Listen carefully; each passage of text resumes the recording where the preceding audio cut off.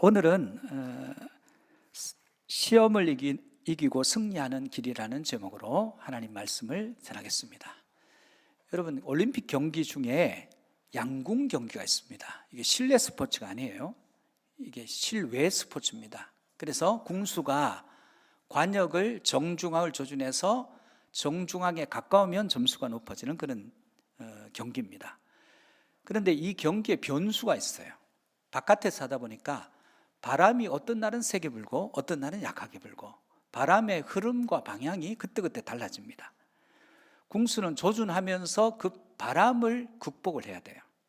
그래서 악천후 가운데 훈련해서 악천후 가운데 그 바람의 방향을 느낄 수 있는 감각을 기르는 훈련들을 많합니다. 그래서 어두울 때 바람 많이 부는 날 연습을 하고, 그리고 바람을 고래에서 오조준이라 그래서 정중앙을 조준하는 것이 아니라 바람의 흐름에 따라서 바람이 왼쪽으로 불면 오른쪽으로 조준해서 그 흐름을 타는 그런 오조준이라는 것도 진행하게 됩니다. 한마디로 말해서 바람을 극복하기 위한 거예요. 그래서 나온 말이, 영화의 대사가 이런 게 있죠. 바람은 계산하는 것이 아니라 극복하는 것이다. 오늘 우리에게 수많은 시험들이 닥쳐옵니다. 그래서 그 시험들을 우리는 이기고 극복해야 되겠습니다. 그런 이야기예요. 오늘 본문에 예수님께서는 세례 요한에게 세례를 받으시고 공성회를 시작하는데 성령님께 이끌려서 시험을 받기 위해서 광야로 가십니다. 광야에서 그냥 시험 받아도 힘들 텐데 40일 동안 금식 기도를 하시고 시험을 받으니까 몸의 상태는 최악의 상태에서 시험을 받으시는 거예요. 오늘 본문 1, 2절 말씀을 보면, 그때 예수께서 성령에게 이끌려 마귀에게 시험을 받으러 광야로 가사 40일을 밤낮으로 금식하신 후에 줄이신지라. 여러분, 왜 이 최악의 상황, 최상의 상태에서 시험을 받아도 이게 시험이 쉽지가 않은데 예수님의 몸 상태가 최악의 상태에서 이 시험을 받으시는 거예요. 여러분, 우리에게 닥쳐오는 시험이 우리가 단단히 준비됐을 때 시험이 오는 것이 아니라 약해져 있을 때, 체력적으로 고갈되었을 때 시험이 와요. 그러면 모든 경기에서 가장 중요한 게 기초 체력입니다. 신앙도 영적인 기초 체력이 중요합니다. 말씀과 기도로 무장되어 있지 않으면 어느 때 이 시험이 올지 알지 못합니다. 신앙생활에서 어려움이 없는 것도 큰 시험이에요. 우리는 최근에 우리 인생에 큰 어려움이 없었던 분들은 어려움을 잘 못 이깁니다. 우리 이런 기도를 많이 합니다. 하나님, 어려움 없도록 해주세요. 내 인생에는 어려움이 피해지도록 도와주세요. 근데 이런 기도를 하면 안 됩니다. 이런 기도가 아니라, 어려움을 피하는 기도가 아니라, 하나님, 어려움이 와도 그 어려움을 능히 극복할 수 있는 능력을 주세요. 그러면 어떤 어려움도 이길 수 있습니다. 그런데 요행이 어려움을 피하다가 인생에 어려움이 없습니까? 반드시 오게 되어 있습니다. 그러므로 성도는 어려움 피하는 길로 가는 것이 아니라 어려움을 맞부딪혀서 그 어려움을 이기고 승리하는 길로 가야 되는 것입니다. 여러분 인생에 어려움이 닥쳐올 때 그것을 능히 이기고 극복하는 은혜가 있기를 축복합니다. 성도의 길은 사명의 길이에요. 사명의 길은 고통도 있습니다. 어려움도 있습니다. 그것을 이기는 거예요. 십자가의 길이에요. 그래서 우리는 우리를 기쁘게 하는 삶이 아니라 주님을 기쁘게 하는 삶을 살아야 됩니다. 사도 바울은 이렇게 고백합니다. 갈라디아서 1장 10절 말씀을 같이 볼까요? 이제 내가 사람들에게 좋게 하랴, 하나님께 좋게 하랴, 사람들에게 기쁨을 구하랴, 내가 지금까지 사람들의 기쁨을 구하였다면 그리스도의 종이 아니랴. 그리스도의 종은 우리 기쁨 아니에요. 하나님의 기쁨을 구하는 것입니다. 예수 그리스도께서 오늘 가장 최악의 상태에서 마귀의 시험을 이기십니다. 어떻게 이기셨을까요? 첫 번째는, 사람은 시험을 이기려면 성도는 급할수록 말씀을 굳게 붙들어야 된다는 거예요. 여러분, 급하면 말씀 생각 안 나요. 근데 말씀을 붙들어야 됩니다. 말씀에 대한 훈련이 되어 있어야 돼요. 3절 말씀을 같이 보겠습니다. 시험하는 자가 예수께 나와서 이르되, 내가 만일 하나님의 아들이거든 명하여 이 돌들로 떡덩이가 되게 하라. 시험하는 자가 가장 원초적인 것들에 대한 시험을 하고 있습니다. 여러분, 우리 일상을 한번 곰곰이 한번 생각해 보세요. 우리가 일상 중에 제일 많이 하는 게 뭡니까? 아침을 먹었어요. 중간에 간식 먹고 커피 마시고, 점심을 또 먹어요. 점심 먹고 또 차를 마시고, 간식 먹고, 저녁을 또 먹고, 간식 먹고, 그리고 또 라면 끓여 먹고. 하루 종일 보면 먹는 거예요. 이게 먹는 문제가 아주 중요합니다. 우리가 하루 중에 제일 많이 신경 쓰고 하는 일이 먹는 얘기예요. 먹는 문제입니다. 이 먹는 문제가 해결되지 않으면 그 다음에 나아갈 수가 없어요. 그래서 우리 인간에게 제일 큰 시험은 먹는 거에 대한 시험이에요. 먹는 것 가지고 더 주고 덜 주면 화납니다. 그래서 먹는 문제는 원초적인 욕구예요. 한 제자가 스승에게 이렇게 질문합니다. 왜 비행기에는 후진이 안 됩니까? 그랬더니 스승이 이렇게 된 거예요. 새도 후진은 안 돼. 왜 그렇죠? 공중에는 전후 좌우가 없어. 자, 그러면 시냇물도 위가 있고 아래가 있는데 왜 물고기는 후진이 안 됩니까? 위로 거슬러 올라가면 지느러미를 힘차게 흔들면 되는 거예요. 그 후진할 때는요, 가만히 떠내려가면 됩니다. 흐름을. 그럼 빨리 후진하고 싶으면 어떻게 됩니까? 그때는 방향을 돌려야 돼. 이 질문과 대답이 왜 나오냐면 쉽게 하고 싶은 거예요. 쉽게.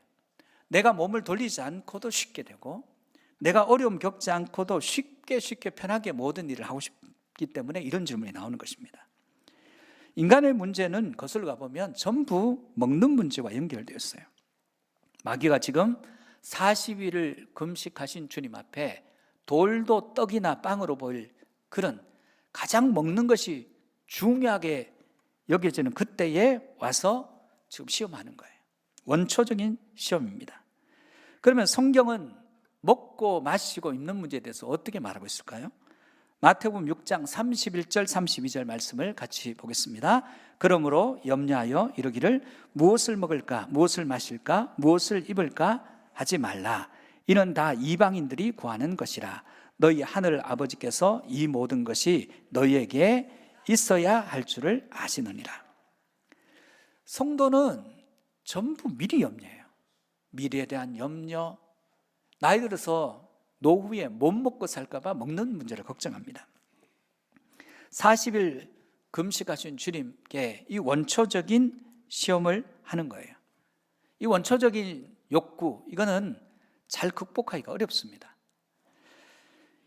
여러분, 성경에 보면 아담이 이 먹는 문제에서 걸려 넘어졌죠. 하와가 하나님 말씀이 아니라 사단의 이야기를 들어요. 처음에는 귀담아 안 들었는데 몇 번 듣다 보니까 매일 보던 선악과가 그날따라 이렇게 보는데 먹음직하고 보암직하고 지혜롭게 할 만큼 탐스러워요. 그래서 하나님 말씀은 까맣게 잊고 그 사단의 얘기를 듣고 선악과를 따서 먹고 자기 남편 아담에게도 줍니다. 먹는 문제에 실패하는 거예요. 그 결과가 뭐죠? 전 인류가 죽는 존재가 되어버렸어요. 하나님 자녀들 가운데도 먹는 문제에 시험에 빠지는 분들이 많습니다. 이렇게 얘기하죠. 야, 너 먹고 사는 문제부터 해결해. 신앙은 나중에 해도 돼. 먹는 문제도 해결 못했는데 무슨 신앙생활이야. 너 먹는 문제부터 해결해야지. 먹고 사는 문제. 이렇게 접근합니다. 잘 넘어가요. 야, 주일 예배는 나중에 드려도 돼. 대학부터 가야지. 대학 가고 신앙생활 해도 돼. 그거 안 됩니다. 잘. 너에게 가장 필요한 것은 휴식이야. 쉬어. 몸을 생각해야지. 교회는 나중에 가도 돼. 그럴듯해요. 여러분, 우리가 교회 예배를 빠져서 휴식이 된다고 생각하는 거예요. 그렇지 않습니다. 다른 것을 정리해야 되는데 그게 문제라고 여기게 만들어가는 거예요. 먹고 사는 문제, 그리고 이 모든 유혹들이 인생에서 최우선적인 것이 원초적인 욕구의 문제를 해결하라고 사단은 우리에게 유혹합니다. 주님도 줄이신 거예요. 최악의 상태. 그때 주님께서 이 원초적인 욕구를 먼저 해결하는 떡을 만드는 그 시험을 이렇게 얘기했어요. 본문 4절입니다. 같이 보시겠습니다. 예수께서 대답하여 이르시되 기록되었으되 사람이 떡으로만 살 것이 아니요 하나님의 입으로부터 나오는 모든 말씀으로 살 것이라 하였느니라 하시니, 인간은 떡이 아니라 하나님 말씀으로 사는 법을 깨달아야 합니다. 목사님, 먹어야 말씀도 보죠. 무슨 얘기냐면 말씀이 기준이 되어서 먹는 문제가 해결돼야 됩니다. 먹는 문제가 우선이 되면 안 된다, 그런 얘기예요. 인간은 떡에 집중하게 되면 제대로 못 살아요. 그 떡을 위해서 사는 존재가 되어버립니다. 시편 37절 3절에 4절 말씀을 또 보겠습니다. 여호와를 의뢰하고 선을 행하라. 땅에 머무는 동안 그의 성실을 먹을거리로 삼을지어다. 또 여호와를 기뻐하라. 그가 내 마음의 소원을 내게 이루어 주시리로다. 여러분, 하나님은 성실하신 하나님이에요. 우리는 때로는 불성실할 때가 있습니다. 그런데 하나님은 성실하신 하나님이에요. 그 성실하신 하나님을 기뻐하는 일이 믿는 자들이 해야 될 일입니다. 여러분, 우리는 쓸데없는 걱정들이 많아요. 하나님이 여러분을 못 먹여 살릴까 봐 걱정합니다. 여러분의 인생을 줄이게 하실까 봐 걱정합니다. 하나님을 신뢰하지 못하는 거예요. 성도들은 욕구를 채우기 위해서 사는 존재들이 아닙니다. 하나님의 말씀으로 때로는 그 욕구를 두 번째, 세 번째로 돌리고 하나님의 말씀이 기준이 되어서 그 말씀을 따라서 말씀으로 이 세상 가운데, 세상이 먹는 것에 굴복하라 할 때 우리는 말씀 앞에 굴복하고 말씀이 지배하는 인생이 되어야 됩니다. 오늘 예배에 참여한 여러분이 말씀이 여러분의 삶을 지배하는 인생이 되시기를 축복합니다. 두 번째, 사람이 시험을 이기려면 성도는 자기를 부인하고 십자가만을 자랑해야 된다는 거예요. 5, 6절 말씀 같이 보겠습니다. 이에 마귀가 예수를 거룩한 성으로 데려다가 성전 꼭대기에 세우고 이르되 내가 만일 하나님의 아들이거든 뛰어내리라. 기록되었으되 그가 너를 위하여 그의 사자들을 명하시리니 그들이 손으로 너를 받들어 발이 돌에 부딪히지 않게 하리로다 하였느니라. 마귀는 예수님을 거룩한 성에서 성전 꼭대기에 가서 여기서 뛰어내리라고 합니다. 이렇게 얘기해요. 내가 만일 하나님의 아들이거든, 의심합니다. 하나님의 아들인 것을 의심하는 모습으로 보입니다. 비칩니다. 뛰어내리라. 아참, 너 말씀대로 산다고 했지. 말씀 보니까 그가 너를 위하여 사자들을 명해서 그들이 손으로 너를 받들어 돌에 부딪히지 않게 하신다는 말씀이 있네. 말씀대로 뛰어내려 봐. 시편 91편 11절 12절 말씀을 인용하는 거예요. 예수님이 말씀 의지해서 산다고 얘기하시니까 말씀을 사단이 이용해요. 마귀도 하나님의 말씀으로 미혹합니다. 그렇다면 그 말씀이 진짜라는 거예요. 그거 아니거든요. 여러분, 말씀의 끝을 보면 됩니다. 그 말씀이 살리는 말씀이 있고 죽이는 말씀이 있어요. 그 말씀을 인용해도 그 말씀이 나를 살리는 말씀이고, 때로는 어떤 때는 그 말씀이 나를 죽이는 말씀처럼 비칠 때가 있어요. 끝을 보면 됩니다. 마귀는 인간의 자기 존재 증명 욕구로 미혹하는 거예요. 증명해봐. 메시아 맞아? 하나님의 아들 맞아? 이렇게 미혹하는 거예요. 예수님이 메시아임을 증명해서 무슨 결과가 있겠어요? 사사기 15장에 보면 삼손이 하나님의 영에 감동을 받아요. 그래서 나귀 턱뼈 하나를 가지고 블레셋 군대 1000명을 혼자서 물리칩니다. 1대 1000이에요. 근데 이겼어요. 그래서 엄청난 전과를 이룬 이후에 블레셋 군대의 시체를 1000명을 쌓아놓고 거기에 나귀 턱뼈를 던지면서 뭐라 그럽니까? 나귀 턱뼈의 산이라고 그래요. 나 혼자서 이거 다 했다는 거예요. 나 혼자서 이 1000명을 다 상대했다는 거예요. 이게 라만레이예요. 근데 너무 열심히 싸웠는지 목이 너무 타서 죽을 것 같아요. 죽기 일보 직전입니다. 그때 갑자기 삼손이 태세전을 합니다. 이렇게 얘기해요. 사사기 15장 18절에 이 일은 제가 아닌 주께서 종의 손을 통하여 이 큰 구원을 베푸셨습니다. 이렇게 고백합니다. 그랬더니 하나님께서 움푹한 곳에 샘물이 터져나오게 해서 그 샘물을 마시고 죽을 것 같은 갈증을 해소해요. 그리고 난 뒤에 그 이름을 엔하꼬레라고 얘기합니다. 부르짖는 자의 셈이라는 거예요. 자, 라만네이는 뭐예요? I did it. 이거 내가 했어. 이거 내가 한 거야. 엔하꼬레는요, God did it. 하나님께서 하셨어. 똑같은 장소인데 이건 내가 했어. 나 대단한 사람이야. 그런데 그 장소 옆에 샘이 터졌는데 아니야, 이거 하나님이 하신 거야. 우리 안에 이 라만네이와 엔하골의 갈등이 계속됩니다. 여러분, 세상 속에서도 자기 증명을 해보려니까 잘 안 돼요. 근데 교회에 와서 자기 증명하려는 사람, 나 대단한 사람이야, 나 보통 사람이 아니야, 그 얘기하고 싶어요. 우리 안에 이 갈등이 있어요. 사람이 쉽게 넘어지는 시험은 자기 존재를 증명하라 할 때 증명하고 싶어요. 내가 보여줄게, 내가 어떤 사람인지, 내가 얼마나 큰 일을 행하는지 보여줄게, 내가 얼마나 대단한 사람인지 보여줄게. 누구에게요? 사람에게 보여주려고 하는 거예요. 마귀의 말은 결국 자신을 자랑하고 십자가를 버리라는 얘기예요. 너 자랑해봐, 십자가 말고 너를 자랑해봐, 이런 얘기예요. 주님이 이 땅에 오신 목적이 뭘까요? 주님을 증명하기 위해서가 아닙니다. 우리가 요청하기도 전에 주님께서 우리가 어떤 존재인지를 아시고 저렇게 두면 망하겠다 싶어서 주님이 직접 보좌를 버리시고 인간이 됐어요. 그리고 우리 죄를 대속하기 위해서 십자가를 기꺼이 주십니다. 만약 주님께서 돌을 떡으로 만들거나 높은 성전 꼭대기에서 뛰어내리면 죄인과 세리의 친구는 안 됩니다. 누가 달려옵니까? 바리새인과 서기관들, 제사장들이 달려와서 예수님을 추앙하면 십자가 지는 일은 물 건너가는 거예요. 예수님은 공생의 기간 누구에게 보여주기 위해서 이적을 행하신 적이 없어요. 그분이 이적을 행할 때는 민망히 여기시거나 불쌍히 여기시거나 그 병자를 안타깝게 여기신 거예요. 빈들에서 500여의 기적을 일으킬 때 저들이 배고픔을 보고 안타깝게 여기셨어요. 그래서 그들을 어린아이 도시락으로 다 먹이신 거예요. 안전병이를 불쌍히 여기셨어요. 이렇게 세웠어요. 눈먼 소경을 긍휼히 여기셨습니다. 그 눈을 뜨게 했습니다. 사람에게 보여주려고요? 아니에요. 성도의 자기 존재 증명은 십자가를 질 때 이루어집니다.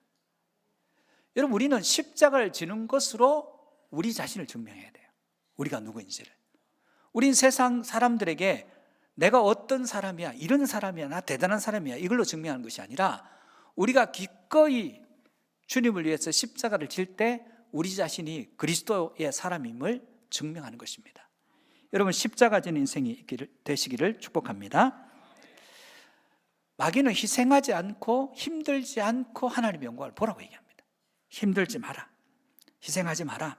십자가 없이도 얼마든지 된다. 희생 없이 헌신 없이도 얼마든지 하나님의 영광을 볼 수 있다.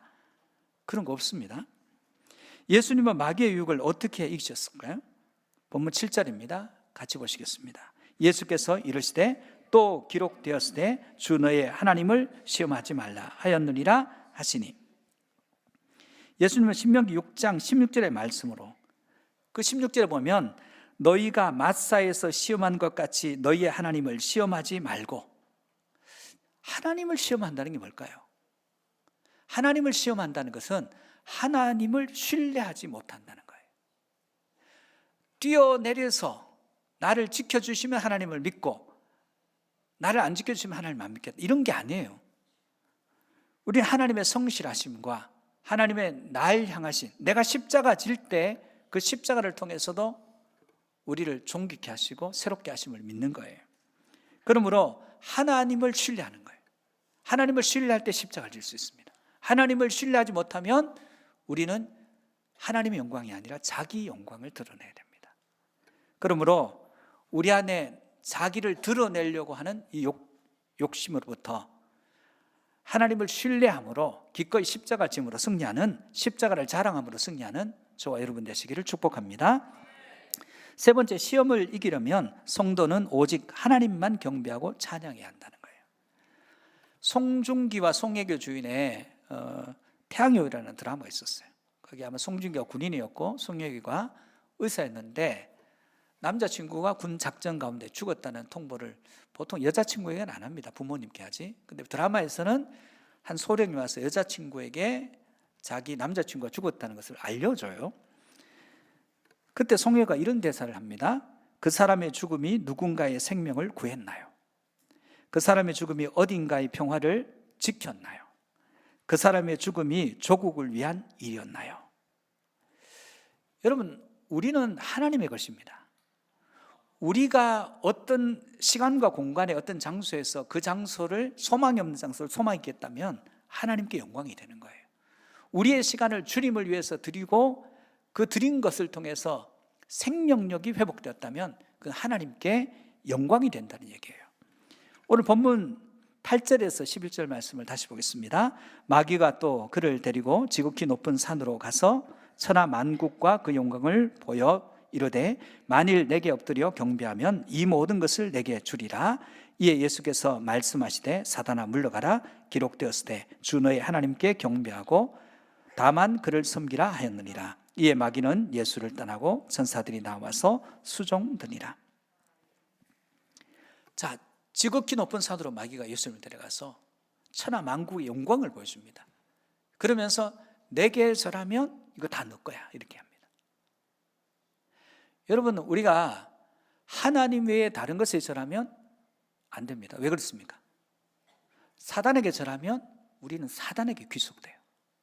하나님께 절하면 하나님께 속하고 하나님의 모든 것이 우리 것이 됩니다. 사단은 본질이 죽음이요, 하나님은 생명이세요. 우리는 소비의 욕구가 있습니다. 더 좋은 것을 먹고 싶은 욕구 있어요. 더 좋은 집에 살고 싶은 욕구 있습니다. 더 많은 부를 가지고 싶은 욕구 있습니다. 더 많은 권력을 가지고 싶어요. 더 많은 쾌락을 추구해요. 여러분, 더 가져도 의미 없어요. 더 취해도 의미 없습니다. 만족이 없어요. 세상의 욕구, 욕망이라 그러는 것은 아무리 채워도 만족이 없어요. 그래서 그 가운데 있다 보면 그걸 채우면 채울수록 내가 망가져요. 그러나 하나님을 경배하고 하나님을 사랑하고 하나님을 위해서 끊임없이 나가면 우리 안에 모든 것이 생명력으로 회복되는 은혜가 있더라는 거예요. 인간은 하나님을 목적으로 삼아야 됩니다. 하나님이 목적이어야 되지 다른 어떤 것이 목적이 돼서는 안 됩니다. 우리는 청지기예요. 우리 것이 아니라네요. 모든 것이 하나님께로부터 왔습니다. 그러므로 하나님께 온 것을 하나님께 돌려드릴 때 이게 영광이 됩니다. 여러분, 성도는 하나님께 영광을 돌려드리는 삶을 살아야 돼요. 그렇다면 도대체 하나님께 영광을 돌려드린다는 게 뭘까요? 계시록 4장에 보면 천상의 예배를 요한이 봅니다. 열린 문을 통해서 하늘의 예배를 보는 거예요. 그 예배를 보니까 천상의 예배가 우리 예배 모범이 돼요. 계시록 4장 9절에 11절 말씀입니다. 이게 천상의 예배입니다. 같이 봅시다. 그 생물들이 보좌에 앉으사 세 세트로 살아계시는 이에게 영광과 존귀와 감사를 돌릴 때에 24장로들이 보좌에 앉으신 이 앞에 엎드려 세 세트로 살아계시는 이에게 경배하고 자기의 관을 보좌 앞에 드리며 이르되 우리 주 하나님이여 영광과 존귀와 권능을 받으시는 것이 합당하니 주께서 만물을 지으신지라 만물이 주의 뜻대로 있었고 또 지으심을 받았나이다 하더라. 영광은 주님께 받은 것을 주님께 돌려드리는 거예요. 자, 24장로가 하나님께로부터 관을 받았어요. 의의 멸관, 생명의 멸관, 영광의 멸관을 받았을 거예요. 하나님이 주신 거예요. 근데 하나님의 주신 것을 내려놓고 하나님께 드릴 때 이게 하나님께 영광이 돼요. 여러분, 우리는 사명으로 삽니다. 여러분에게 주신 몸이 있잖아요. 이걸 하나님을 위해서 사용할 때 하나님께 영광이 됩니다. 여러분이 주신 시간이 있잖아요. 이 시간 중에 일부를 하나님께 돌려드릴 때 영광이 돼요. 하나님이 여러분에게 주신 물질이 있잖아요. 이 물질을 하나님 나라 위해서 사용할 때 하나님께 영광이 되더라는 거예요. 또 한 가지는 뭐냐면 여러분이 처해 있는 자리에서 여러분 때문에 그 장소에 소망이 생기고 여러분 때문에 그 장소가 밝아지고 여러분 때문에 길과 진리와 생명 되신 주님께로 인도함을 받을 때 그때 하나님께 영광이 돼요. 그러므로 사랑하는 성도 여러분, 우리는 하나님 앞에 무릎을 꿇고 경배하는 자들이 되면서 결코 사단에게 무릎 꿇는 자들이 되어서는 안 됩니다. 세상은 이렇게 해야 됩니다. 너 나한테 무릎 꿇으면, 세상에 무릎 꿇으면 이 세상 전부가 너의 것이야. 아닙니다. 세상에 종속되고 오히려 갇히게 됩니다. 그러나 하나님을 경배하면 하나님께 영광이 되고 하나님께서 하나님의 모든 것을 다스리고 그것을 운영하도록 우리에게 맡겨주세요. 위탁해 주시는 거예요. 이게 청지기의식이에요. 여러분, 우리는 우리 자신에게 이렇게 질문할 수 있어야 됩니다. 여러분의 삶이 누군가를 절망해서 일어나 소망 가운데 거하게 했나요? 여러분의 삶이 누군가를 길과 진리와 생명 되신 주님께로 인도했나요? 여러분의 삶이 어딘가에 화평을 가져왔나요? 여러분의 삶이 주님을 위한 삶이었나요? 이 질문에 예 대답할 수 있어야 됩니다. 사랑하는 성도 여러분, 우린 끊임없이 미혹과 시험 가운데 있습니다. 그 가운데서 우리는 우리의 인생의 욕구보다 말씀 가운데 그 욕구들을 2순위, 3순위를 다 세워야 됩니다. 또 우리는 우리를 증명하는 것이 아니라 우리 삶의 십자가를 지님으로 주님을 증명하는 삶을 살아야 됩니다. 또한 우리는 이 세상 만물을 지으신 하나님께 무릎 꿇고 하나님을 경배할 때 우리는 그 어떤 것에 노예가 되지 않고 하나님 통치 가운데, 다스림 가운데 참된 기쁨과 화평을 누리게 되는 것입니다. 사랑하는 성도 여러분, 말씀으로 이기고 십자가를 짐으로 이기고 하나님께만 경배함으로 사단의 시험, 그 모든 유혹으로부터 이기고 승리하는 저와 여러분 되시기를 주님의 이름으로 축복합니다.